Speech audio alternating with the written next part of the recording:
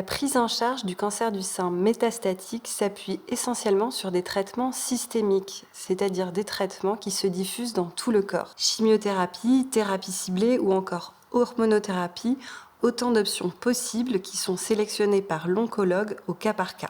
Pour nous éclairer, je reçois la docteure Maria-Alice Franzoy. Elle est scénologue et fait de la recherche à Gustave Roussy. Bonjour docteure Maria-Alice Franzoy. Bonjour Céline. Quels traitements sont proposés aux patientes et patients atteints de cancer du sein métastatique et sont-ils systématiquement administrés à l'hôpital ? La première chose peut-être à bien préciser, c'est que dans un contexte d'un cancer métastatique, on donne un traitement, une ligne de traitement jusqu'à elle est bénéfique pour les patients. Ça veut dire qu'on n'a pas forcément un temps de fin de traitement. Par rapport à les options, on peut parler de chimiothérapie, hormonothérapie, thérapie ciblée. Et dans la thérapie ciblée, plusieurs options, anti-HER2, immunothérapie, les inhibiteurs de cycline.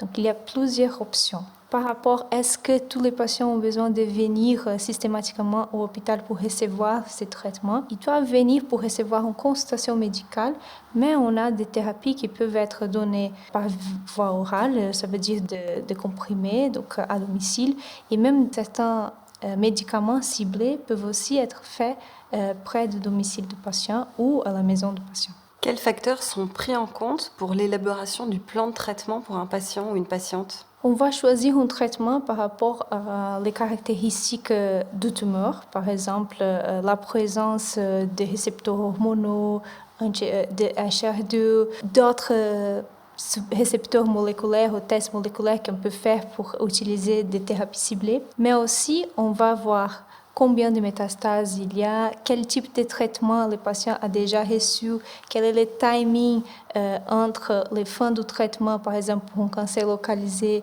l'apparition de métastases. Donc, tous ces facteurs sont pris en compte pour venir au patient avec un plan de traitement. En tant que patiente ou patient, quel type d'informations je dois transmettre à mon médecin au préalable du choix d'un traitement ? Il y a une chose qu'on appelle la décision médicale partagée. Ça veut dire que nous, de notre côté, comme professionnels de santé, on doit informer aux patients quel est le type de traitement qu'on est en train de prescrire, quels sont les effets secondaires du traitement. Et quand on a plus d'une option, aussi ouvrir aux patients pour exprimer ses choix. Par exemple, il y a des patients qui habitent très loin, pour lesquels un traitement avec des comprimés, ça peut être plus facile et plus agréable que venir à l'hôpital pour les infusions à chaque 3 semaines. Et aussi, le profil des effets secondaires peut jouer un rôle dans ce contexte. Et du coup, justement, quels peuvent être les effets secondaires induits par les traitements ? Alors, ça va dépendre du type de traitement qu'on va donner. Quand on a la chimiothérapie, on peut avoir la perte de cheveux, mais ce n'est pas tous les schémas de chimiothérapie qui donnent la perte de cheveux. On peut avoir la moussite, la diarrhée, la nausée. Et tout ça, c'est très important qu'on travaille à côté d'une équipe de soins de support pour vraiment essayer de contrôler ces symptômes. Si on parle d'hormonothérapie, on peut avoir tous les effets secondaires liés à une ménopause, par exemple bouffées de chaleur, des troubles de sexualité, un peu de détresse émotionnelle, l'insomnie. Et les anti-HER2, ils peuvent donner des cardiotoxicités, des toxicités à niveau cardiaque, et pour les nouveaux médicaments aussi des toxicités à niveau pulmonaire. Si on utilise une immunothérapie, on parle des effets secondaires complètement différents. Ce sont les effets secondaires qu'on dit immunomédiés. Et ça veut dire une hyperactivation de notre système immunitaire et donc des effets secondaires comme si on avait une maladie auto-immune. Quels soins de support on peut utiliser pour soulager ces effets secondaires ? Il y a plusieurs soins de support disponibles. On peut travailler à côté du médecin spécialiste à la douleur. On peut utiliser les médicaments pour combattre les nausées et le vomissement. On a aussi les thérapies intégratives. Par exemple, l'acupuncture peut auxilier dans la douleur ou dans le contrôle de nausées et vomissement.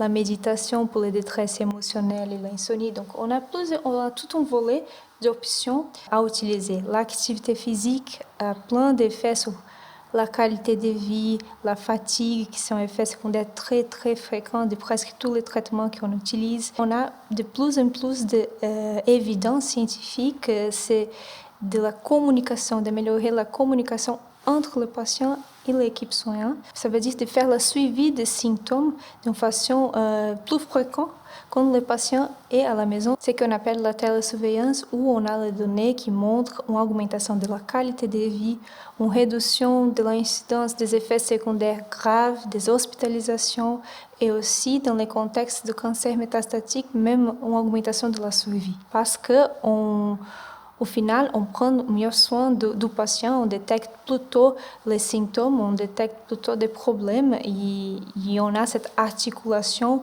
en place avec soins de support médecin-patient qui, au final, ça marche mieux. Docteur Franzoy, l'ASCO, la Société savante américaine en cancérologie, vous a remis un prix pour votre carrière sur vos travaux sur la qualité de vie lorsqu'on a un cancer du sein. Est-ce que vous pouvez nous en dire un peu plus et puis nous donner vos futures recherches et perspectives de recherche?